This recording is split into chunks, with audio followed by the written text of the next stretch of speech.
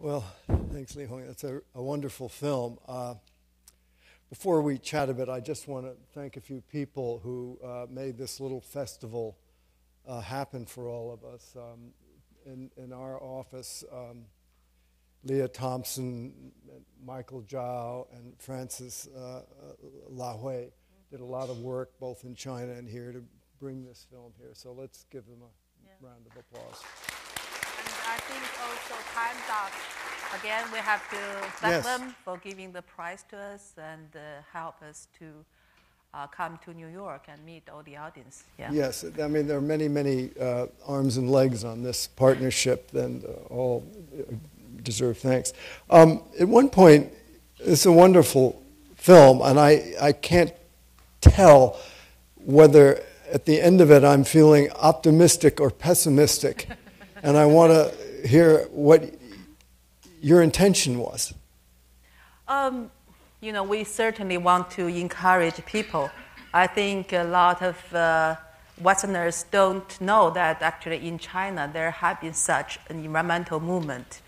And so we kind of want to send out the message that, you know, although China has huge environmental problems, but there are local NGOs, activists, and media working together and trying to prevent this trend.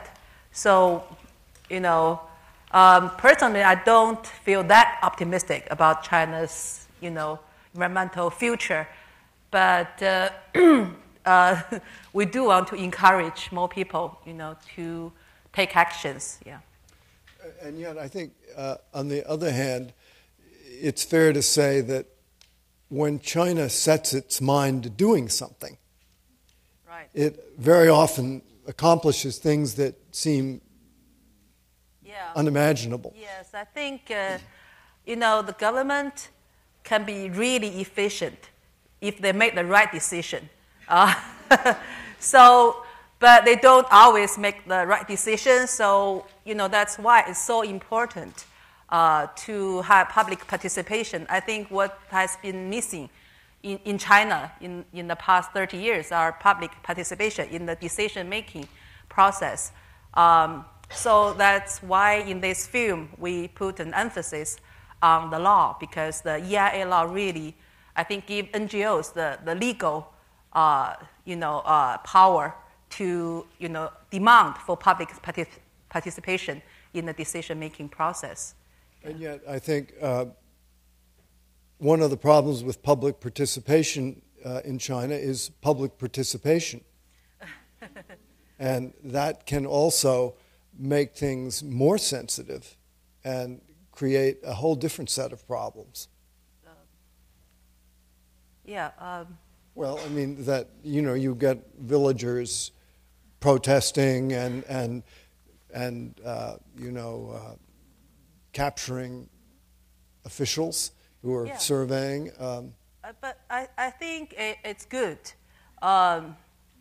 You know, now in China, in the last few years, there has been, you know, a new movement called Not in My Backyard.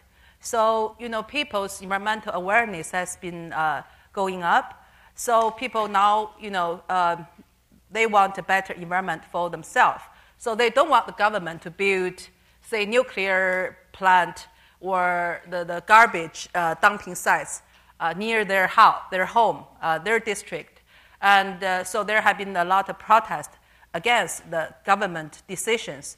I think that's good in the long term, because now the government realizes they really have to take into consideration of the public's consideration. Otherwise, the government just make a decision and they just go ahead without any monitoring or supervision. So I think the public participation is really important and really needed in China. You know, frequently China is faulted for lacking a certain idealism at this point in its history, and yet in watching your film and meeting environmentalists, it seems to be one area of Chinese life where there actually is quite a bit of idealism alive. Yeah, I never feel there is a lack of idealism. Maybe it's because all my friends in the environmental protection sector, they're idealists. So, we feel, very similar. And we feel as long as we make efforts, we may bring some changes. Maybe the change can be very small, but it's better than not to do anything. So I think that's the idealism that has supported us and through all these years. Sometimes we have to face a lot of pressure and frustrations, but it's that belief has, kind of supported us through that.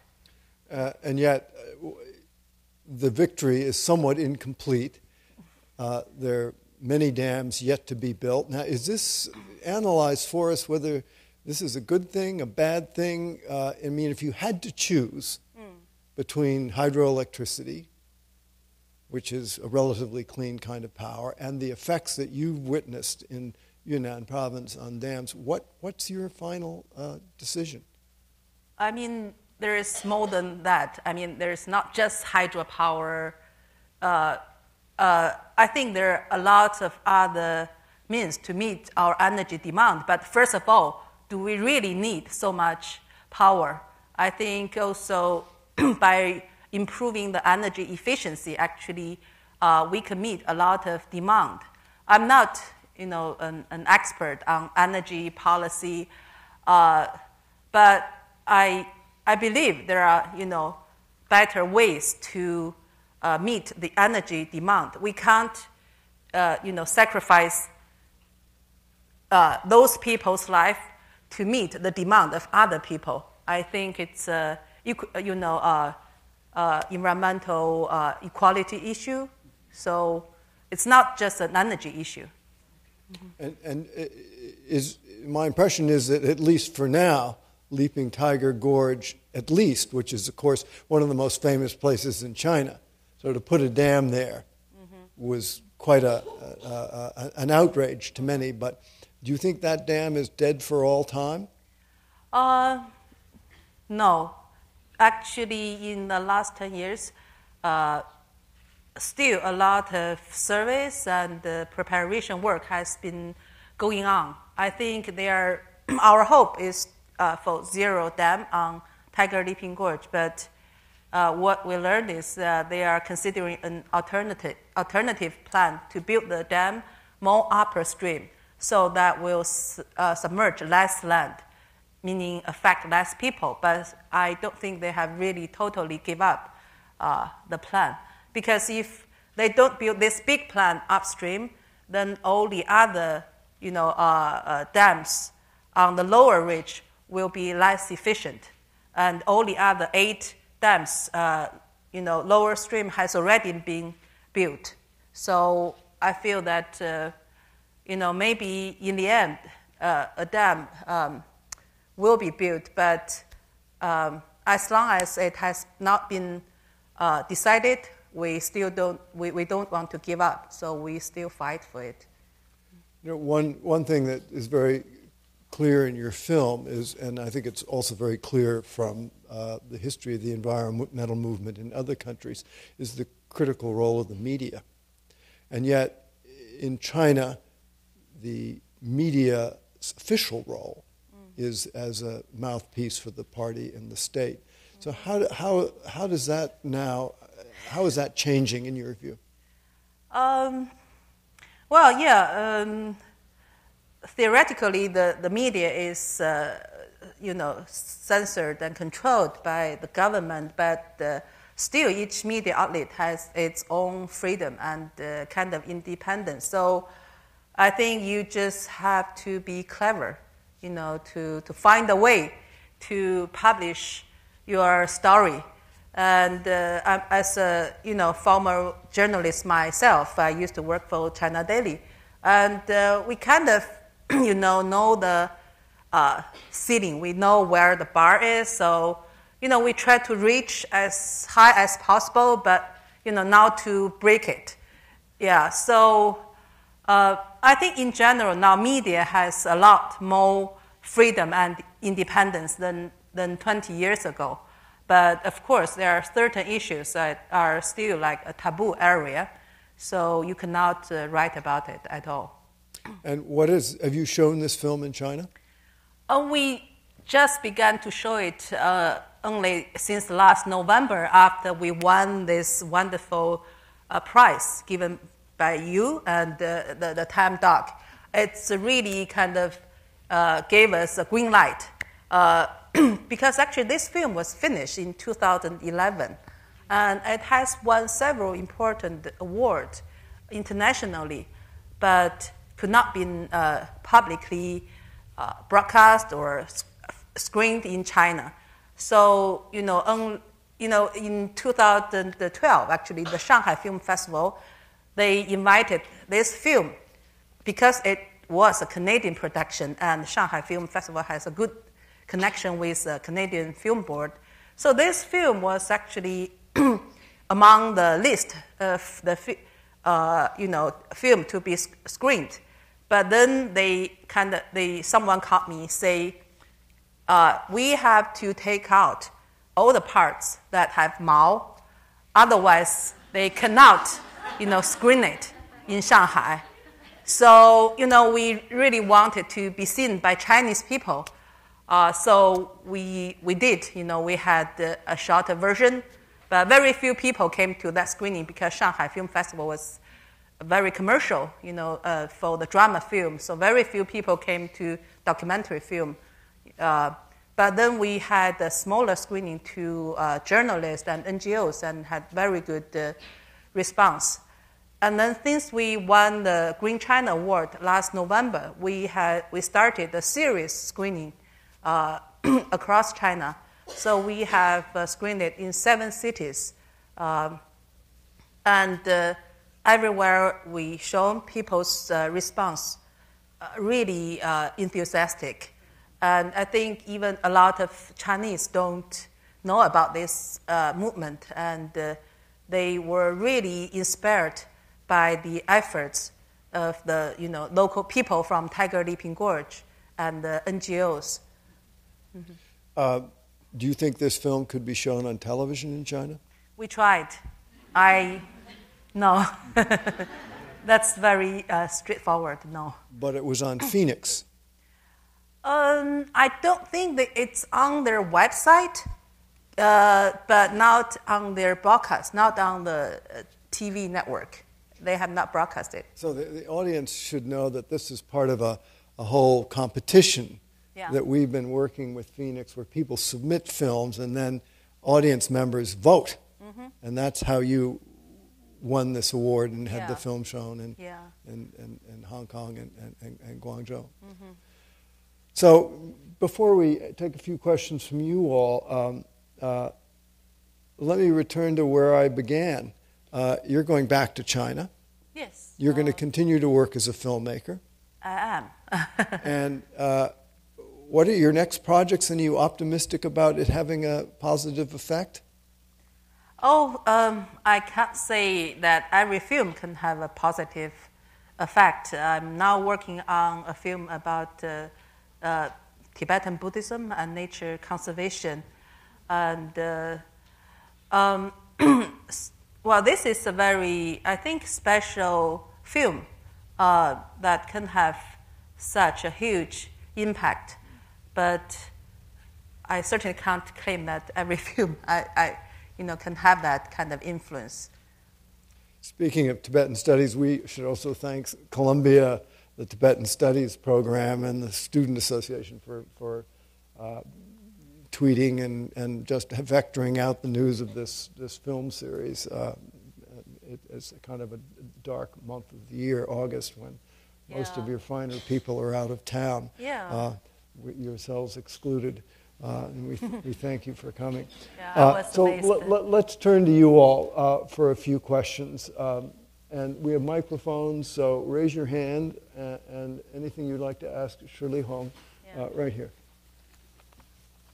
2 questions, if I may.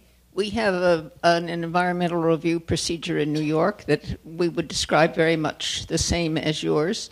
in the sense that it is to try and reach some kind of balance between development and public participation in the environmental and community concerns. And we're constantly in revision, and I'm working on a project right now which challenges both sides. What is the status of the law there? That's one question. And two, for those of us who have friends in China who would like to tell them to see this film, how do we do that? I can answer the second question. Actually, we put this film on the website in China. Tencent, it's a 腾讯 Tencent. Yeah, Tencent 是网站，英文是什么？就是 QQ.com. Yeah, I think people, if you Google the Chinese name, not Google. Google is not Baidu. In China, we use similar searching engine called Baidu. If you Baidu this the Chinese name, you will find it on the Tencent website. And I think it's still on Phoenix website, so people, if they want to, they can actually watch it online. And also, we are organizing public screenings in Shanghai. If you have friends in Shanghai, actually, I'm going to Shanghai on September 10th and 11th, so there will be 2 screenings then. And we are trying to organize more screenings in China. I didn't really catch the first question. Are those the edited versions or this version that you're showing in Shanghai? We have a Chinese version. But I think in Shanghai, both the screening are for mostly for expatriates in Shanghai, so we will be showing English versions for those 2 in September. Plus or minus Chairman Mao? No, with Chairman Mao. With Chairman. Yeah. Yeah. Next question. Let's see, right here. Wait for the microphone, please, and maybe introduce yourself. Sure. My name is Cici. I'm an energy efficiency manager from Environmental Defense Fund. I was a member and volunteer of Friends of Nature 15 years ago in Beijing, and I still have the postcard made from the photos taken by Shi Laoshi. You and Shi Laoshi and other people from Friends of Nature definitely inspired me to pursue my career in this direction. It's great seeing you again. We should say Friends of Nature is, I think, China's first NGO dealing with the environment that started, I think it was back in the early 90s, wasn't it? 94. So I've been 20 years. This year is the 20th anniversary. So I have a question.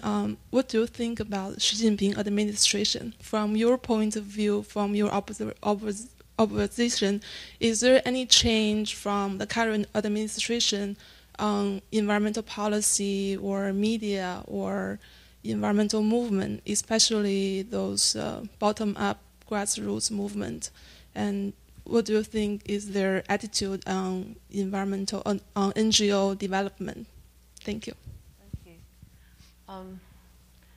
For almost 20 years, I think environmental, before it became a minister, it has been state bureau, so which means it's less powerful than the other government department, like the energy department or agriculture or forestry.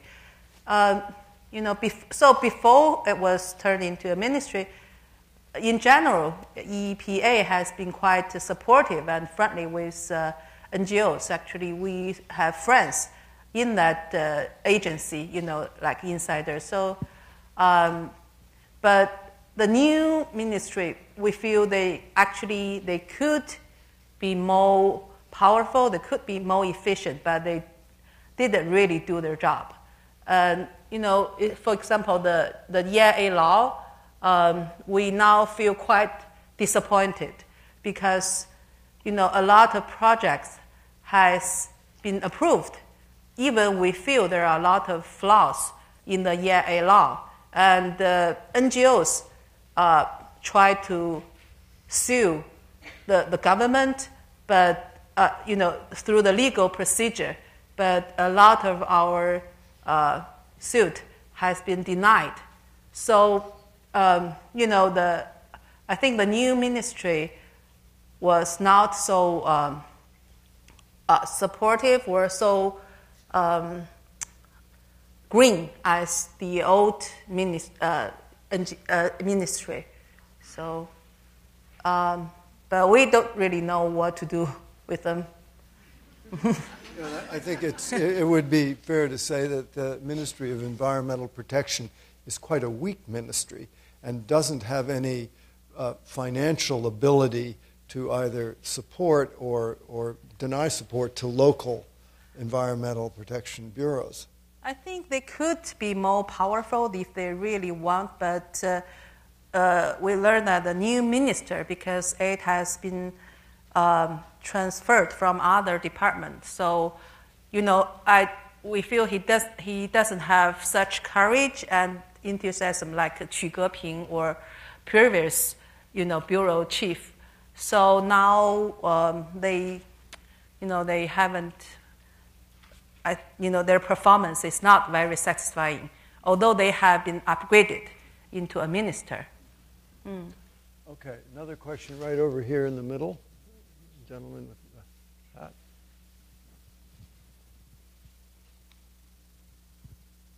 I want to thank you for your extremely inspiring film. I was curious about a point which it's a bit vague on, as to who exactly is building these dams. I would imagine that 20 years ago, it was all very much controlled by the state, but in the film you refer to companies. So are these private companies, local utilities, and to what extent, has the old command economy in the energy sector been more decentralized? Yeah, so there had been a reform in the government structure back in 2002, 2003. So the original Ministry of Electricity has been kind of dissolved and became 5 big power company. So these 5 very big, huge power company, they basically have divided China, all the rivers in China into 5 zones. So they are competing against each other, for the rivers. So there are 2 big companies. One is called Huadian, another is called Huaneng. So they are the 2 major companies who are building the dams along the Nu River and the Jinsha River. And we know actually the kind of these 2 big companies are very deeply associated with China's former premier Li Peng. So basically, the family is kind of controlling this 2 huge company, and that's why the fight against these dams are very, very difficult. So I think although the previous government, the Wen Jiabao premier, he has declared to stop those dams, but the preparation work has never stopped. So 2 years ago, a new energy development, a 5-year plan for China's energy development has been approved. So the new plan has given green light to all the dams that has been stopped in the last 10 years. And the new plan will be effective in 2015, which means like we have less than a year's time to, trying to change this new plan. So now China's environmental NGOs are, working together, trying to, we are calling for petitions to the central government to review this new plan. But we don't know what to happen. But at least we haven't really given up our efforts until the last minutes. Yeah. So I think we have time for one more question. Let's see. Anyone with one more question right here? The microphone's on its way. Hi, this is kind of an extension of the last question, but is there a significant movement or group of, you don't really sort of depict the enemy, so to speak, in this film.